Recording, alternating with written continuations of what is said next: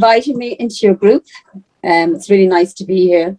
I did a similar collection for charity and got a short story printed recently, and I've done other poems for charity. I've done nothing. I've got some stuff published for pandemic. It's in one of our local colleges, but I just write. I absolutely love to write, and I just write. I haven't really gone about publishing too much things up until now. I've got 3 daughters and 3 grandchildren, and my husband died some time ago, so I'm a widow as well. And I just really enjoy writing. That's about it. Sandra, we're so honored that you're with us today. Thank you very much. Do you want me to read something? Yes. Okay. These are quite recent, and they've been wrote in the pandemic. And this is about an elderly lady not really coping with the pandemic. It's called She Says. She says she has no family. People think she's stupid. She is subjected to loneliness. Because she's old and frail with grey hair, she loves her books, and every cell of her being tells us that. She reads them from start to finish. She's surrounded by photographs, all of her favourite people, and mine too. She wears long cardigans and floral scarves. She walks, but she's very slow. She watches television, anything and everything. Sometimes it brings her down. She says she has no family. They have no time for her. She gives up. Nobody understands her. They don't see her. She has nobody. She feels she has so much to give, emotionally and physically, but nobody wants to know. She says nobody would notice if she wasn't here. Nobody would cry at her funeral. If they did, they would be fake tears. So they had better not turn up at all. She says it would be nice to have some family, but when she is told she has, she refuses to believe it. She says it would be nice to be wanted, to be accepted, to be needed. I say you are. Thank you.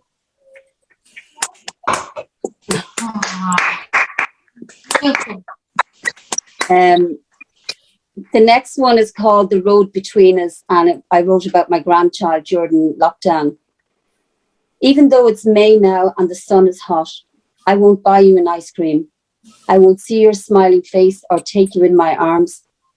The road between us is closed. Restrictions are in place. I won't see you on your first birthday. There's no road open from me to you. Is this war? Is this what it was like? Families torn apart with no time to prepare, separated for days, weeks, months, overcome by bad news. Family members died alone with no hand in theirs, no words of comfort in their final hours, no loved one to say goodbye, no handshakes for grieving families as the hearse took their loved ones home for the last time. Strangers standing in line on the roadside show kindness and solidarity in these dark times. Space and social distance, the new normal. It's not a word I want for you. Mask-covered faces, gloved hands. Trees are in spring blossom now, a celebration of winter's end. I will wait to see you. Perhaps you're waiting for me too. Love, Nanny. Thank you. Oh, lovely. I have one more if you want me to read it, and it might be something I'm working on it, so it's quite new, and I might enter it if I can into your book. It's called Manipulation of the Heart. Yes, please. You were very handsome with your dark hair, with slithers of grey, always immaculate and well-groomed, and those deep, dark, deep-set eyes with the hypnotic gaze that had women fall at your feet. She was impressed when you called with a bouquet in your hands as you stood on her doorstep, dressed to kill in a blue navy tweed suit and a smile from ear to ear. You said you had missed her. You thought of her every day. She played it cool. She didn't make eye contact for fear you'd see her heart beating outside her chest. You were charming. You had done your homework. You knew she was alone.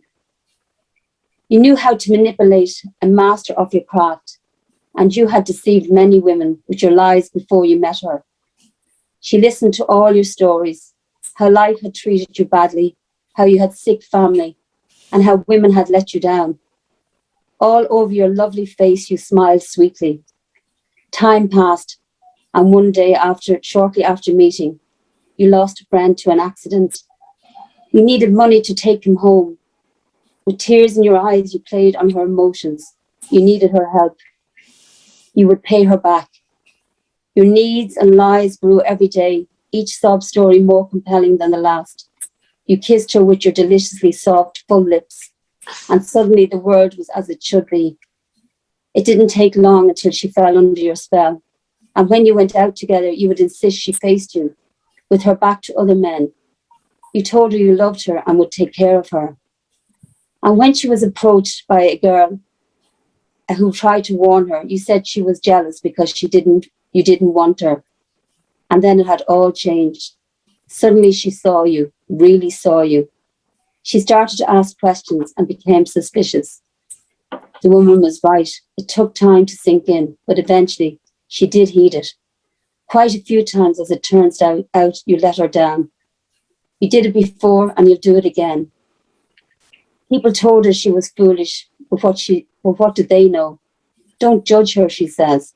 Until you have walked in her shoes, you won't understand. Thank you. Wow.